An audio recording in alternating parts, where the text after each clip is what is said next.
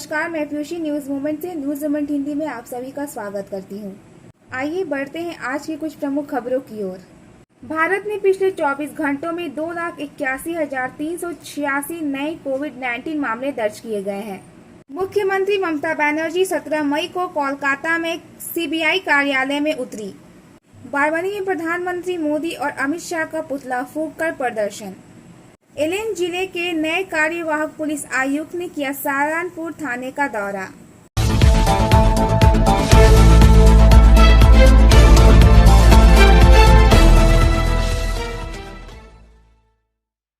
भारत में पिछले 24 घंटों में 2,81,386 नए कोविड-19 मामले दर्ज किए गए हैं। केंद्रीय स्वास्थ्य मंत्रालय अपडेट सोमवार को दिखाया गया। इसके साथ कुल टैली 2,49,65,463 पर पहुंच गई। 35 दिनों में पहली बार केसों की संख्या 3 लाख से नीचे आई है। हालांकि उक्त अवधि में 4,106 लोगों ने इस बीमारी के कारण दम तोड़ दिया, जिससे मरने वालों की संख्या बढ़कर 2,74,390 हो गई। सक्रिय मामलों की संख्या रविवार को 36,18,458 से घटकर 35,16,997 हो गई है, जो अब तक की सबसे बड़ी एकल दिन की गिरावट है। केंद्रीय रक्षा मंत्री राजनाथ सिंह और स्वास्थ्य मंत्री डॉक्टर हर्षवर्धन ने सोमवार को रक्षा अनुसंधान और विकास संगठन DRDO द्वारा विकास एंटी कोविड दवा 2DG के पहले बैच का विमोचन किया। Drug controller general of India DGCI ने इस महीने की शुरुआत में मध्यम से गंभीर कोरोना वायरस रोगियों में सहायक चिकित्सा के रूप में आपातकालीन उपयोग के लिए 2-डीऑक्सी-डी-ग्लूकोज 2DG दवा की मंजूरी दी थी। आगे की खबरें ब्रेक के बाद। Biofina, drink healthy, stay healthy, prevention is better than cure, always cover your mouth and nose while sneezing, wash your hands regularly, use sanitizer, avoid contact with others, wear mask, avoid social gathering, don't touch your eyes and mouth frequently. Issued in public interest by Biofina. Drink healthy, stay healthy. For trade inquiry, mail care@rkmgroup.in.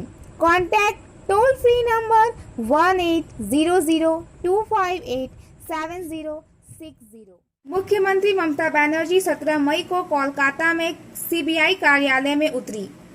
पश्चिम बंगाल में नारदा मामले के सिलसिले में CBI द्वारा गिरफ्तार किए गए सभी 4 व्यक्तियों को अंतरिम जमानत पर रिहा कर दिया गया है। घटना का दूसरा भाग कुछ इस प्रकार है।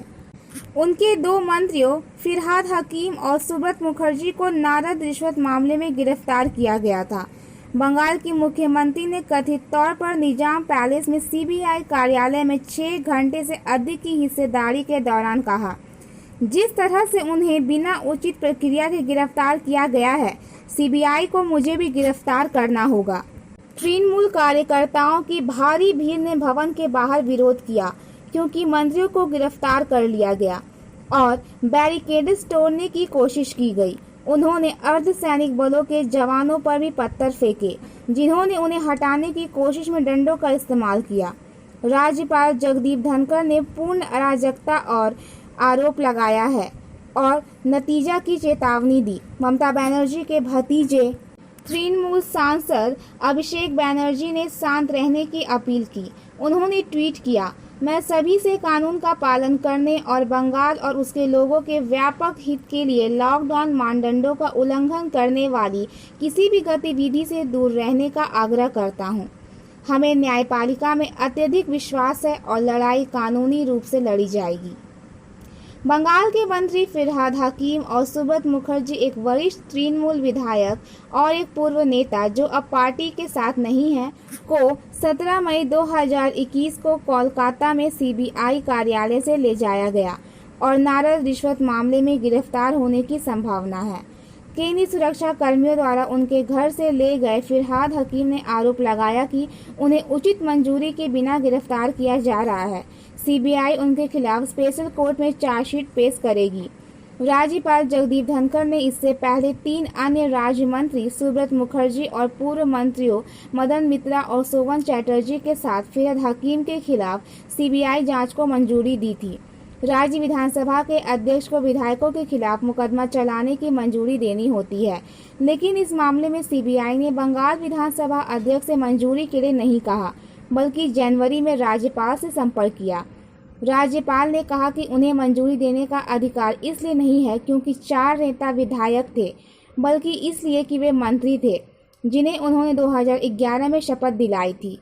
ये चारों पिछली ममता बनर्जी सरकार में मंत्री थे जब 2014 में नारद रिश्वतखोरी टेप जारी किए गए थे। इस मामले में नारद न्यूज़ पोर्टल का एक स्टिंग ऑपरेशन शामिल है जिसमें तृणमूल नेता रिश्वत लेते हुए कैमरे पर थे। मुकुल रॉय और शुभेंदु अधिकारी जो कथित रूप से रिश्वत लेते पकड़े गए तृणमूल नेताओं में शामिल थे, तब से भाजपा में शामिल हो गए हैं।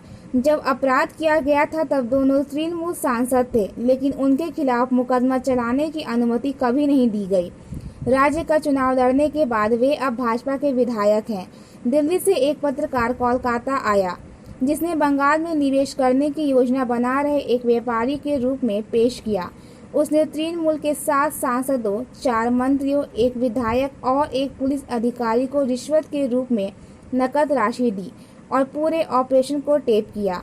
तथाकथित नारद टेप राज्य में 2016 के विधानसभा चुनाव से ठीक पहले जारी किए गए थे। गिरफ्तार किए गए सभी नेताओं पर 2014 में नारद न्यूज़ पोर्टल के एक स्टिंग ऑपरेशन में 4 लाख से 5 लाख रुपए की रिश्वत लेने का आरोप है। आगे की खबरें ब्रेक के बाद। सफलता की शुरुआत सिर्फ मोशन के साथ। Motion open scholarship test for class 7th to 12th student. Get up to 50% scholarship for session 2021 to 22 at Durgapur. And for more details, please contact 9434 Barwani में प्रधानमंत्री मोदी और अमित शाह का पुतला फूंककर प्रदर्शन। नारदा मामले में सोमवार सुबह सीबीआई की पूरी टीम ने केंद्रीय पुलिस के साथ ममता सरकार के 2 मंत्रियों फिरहाद हकीम और सुब्रत मुखर्जी, विधायक मदन मित्रा और पूर्व मेयर सोवन चैटर्जी को गिरफ्तार किया। उसी दिन भुइयां उत्थान समिति के अध्यक्ष सिंटू भुइयां ने बारवानी थाने के दोमहनी रेल गेट से सटी सड़क पर टायर जलाकर और प्रधानमंत्री नरेंद्र मोदी और अमित शाह के पुतले जलाकर धरना प्रदर्शन का नेतृत्व किया। वहीं सिंटू भुइयां ने कहा कि पश्चिम बंगाल में बीजेपी के हार के बाद राष्ट्रपति किसी भी तरह से पश्चिम बंगाल में शासन थोपने की कोशिश कर रहे हैं। सीबीआई ने जमीनी स्तर के नेताओं और मंत्रियों को गिरफ्तार किया है। भाजपा केवल चुनावी हार का बदला लेने की कोशिश कर रही है। विरोध प्रदर्शन में अजय कुमार पासवान, काजल बौड़ी, राकेश कुमार पासवान, शंकर बौड़ी, पिंटू विश्वकर्मा, बंटी बौड़ी और हिंदी कोश के पश्चिम वर्धमान जिले के अध्यक्ष अख्तर आलम सहित कई जमीनी कार्यकर्ता मौजूद थे। आगे की खबरें ब्रेक के बाद। Please share, subscribe and forward YouTube channel news movement.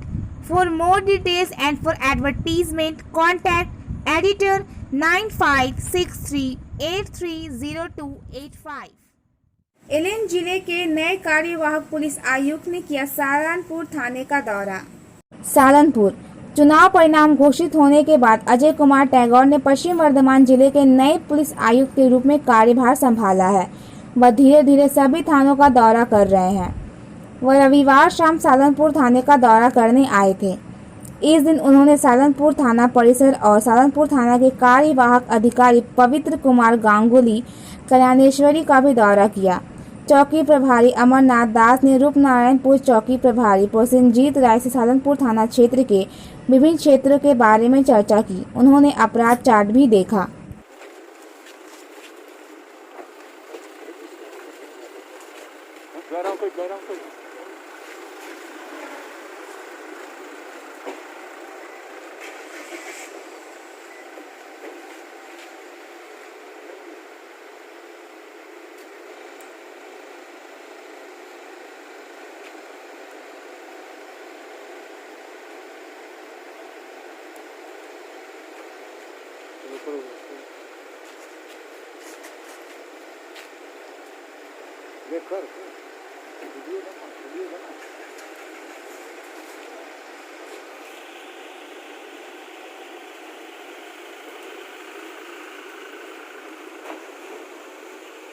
বৃদ্ধা ফোন আছে মানে পরিবারে যে উনি একা আছেন কিন্তু খাবার পাচ্ছেন না, 4 দিন থেকে খেতে পায়নি, গ্যাস শেষ হয়ে গেছে।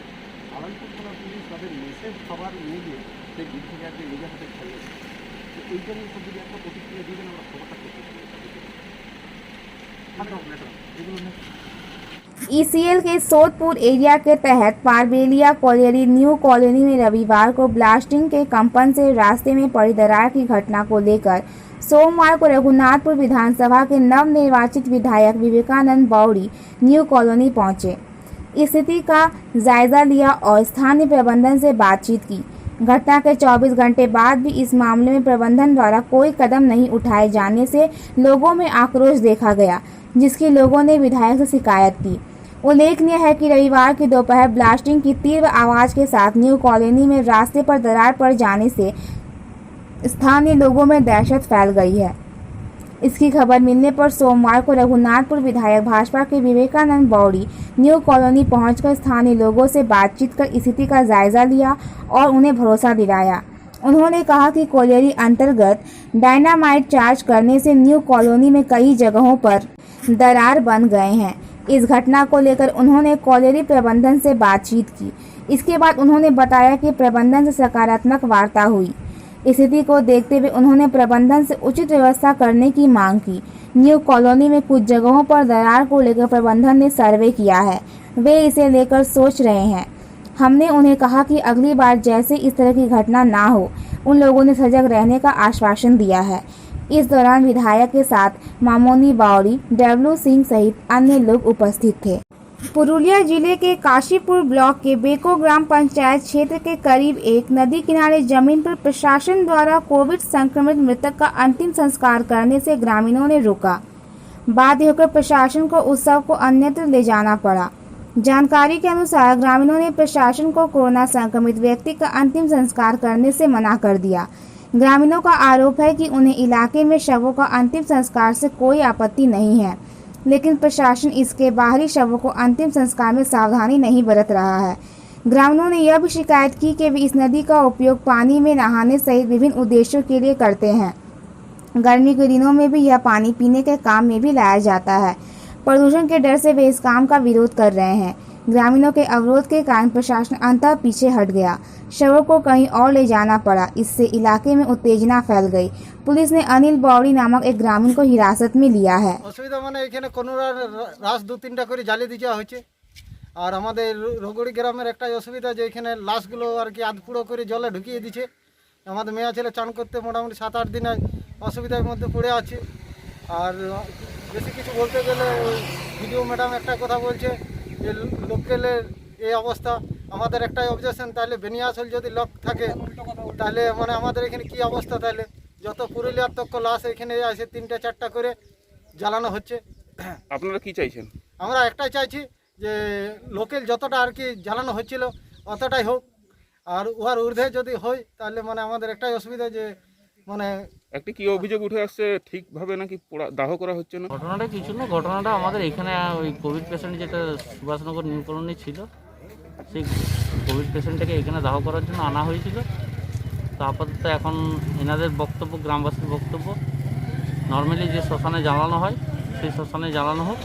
বাইরের পেশেন্টকে এখানে যারা বহিরাগত বাইরে থেকে নেওয়া আসা হচ্ছে তাদেরকে এখানে জ্বালানো যাবে না।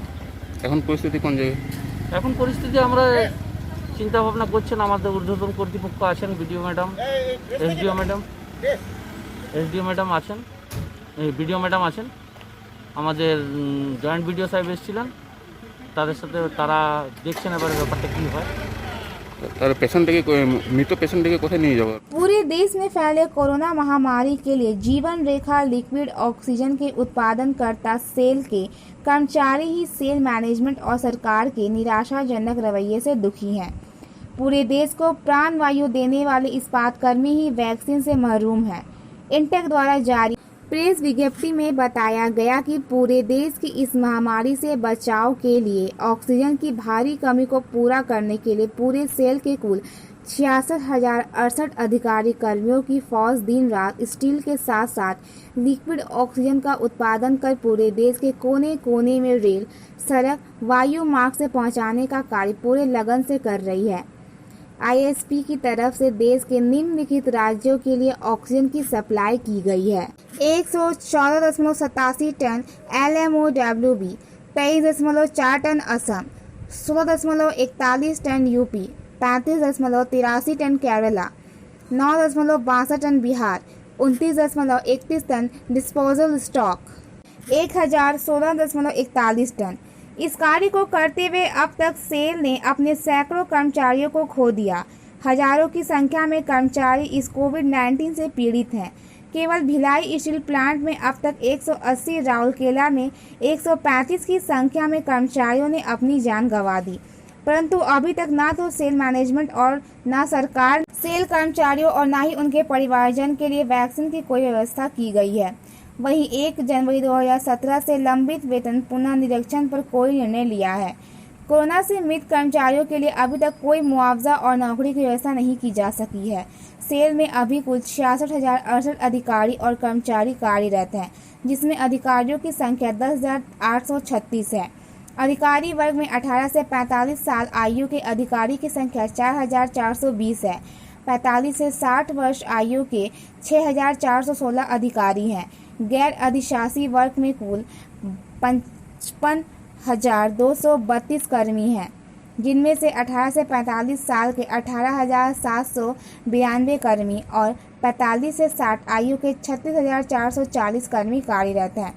सेल इसको आईएसपी में कुल 1,034 अधिकारियों में 846 18 से 45 आयु के और 188 45 से 60 आयु के हैं। कर्मियों में कुल संख्या 4,911 है, जिसमें 3,349 18 से 45 आयु के और 1,562 45 से 60 आयु के हैं।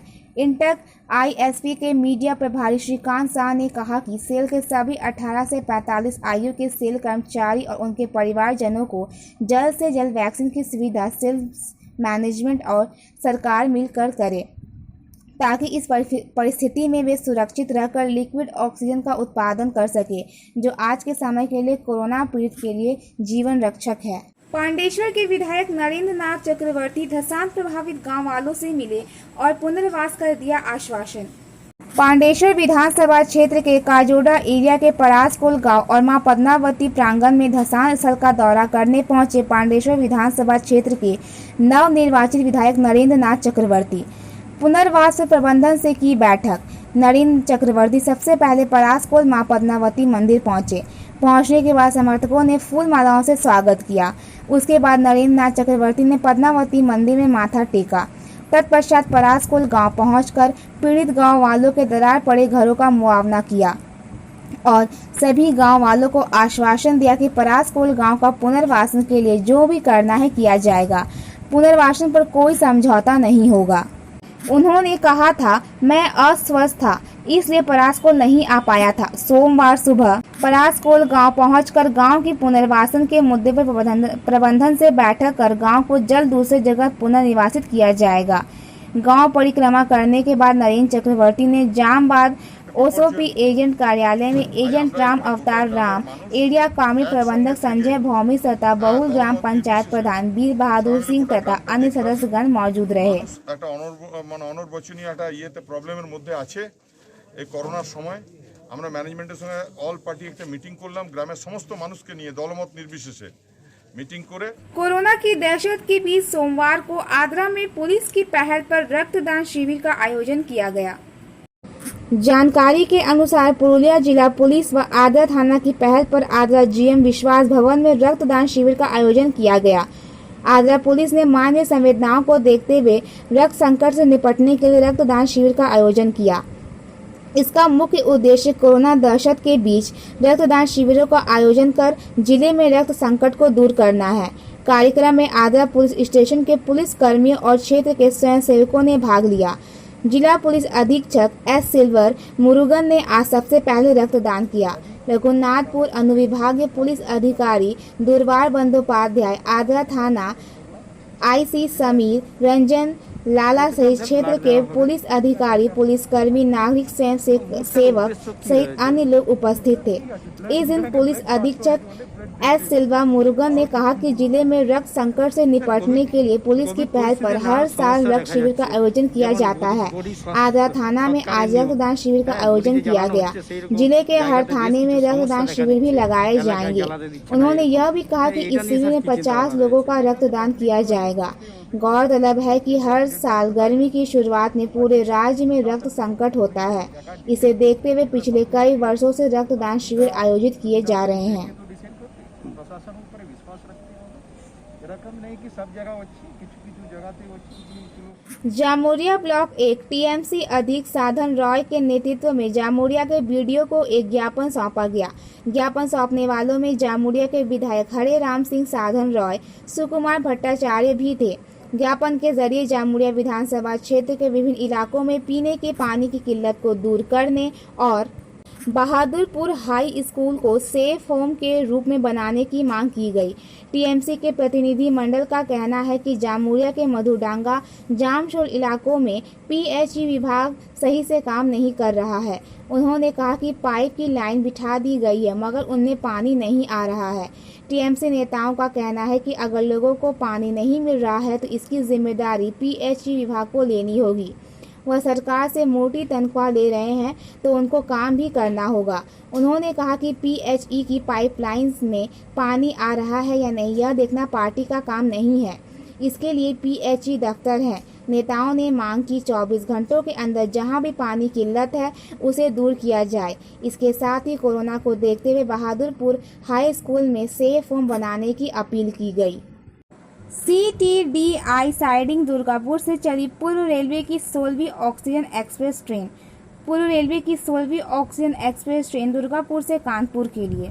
आसनसोल कोविड-19 की दूसरी लहर के वर्तमान संकट की चुनौती से निपटने हेतु रेलवे देश के विभिन्न कोनों में ऑक्सीजन एक्सप्रेस के मूवमेंट और लिक्विड चिकित्सीय ऑक्सीजन के परिवहन में नियंत्रण सरलतापूर्वक लगा हुआ है। भारतीय रेलवे 24 घंटे चिकित्सीय ऑक्सीजन के निर्बाध परिवहन हेतु सक्रिय है। पूर्व रेलवे ने लिक्विड ऑक्सीजन कंटेनर युक्त अपनी 16वीं ऑक्सीजन एक्सप्रेस ट्रेन सोमवार 17 मई 2021 को CTDI साइडिंग दुर्गापुर से कानपुर के लिए चलाई है।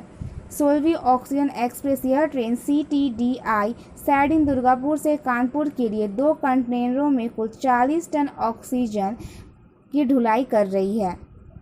अमूल जिंदगियों की रक्षा हेतु यह ऑक्सीजन एक्सप्रेस ट्रेन अधिकतम 75 किलोमीटर प्रति घंटे की रफ्तार से तीव्रतम संभावित समय में कानपुर पहुंचने के लिए एक ग्रीन कॉरिडोर के जरिए रवाना हुई है।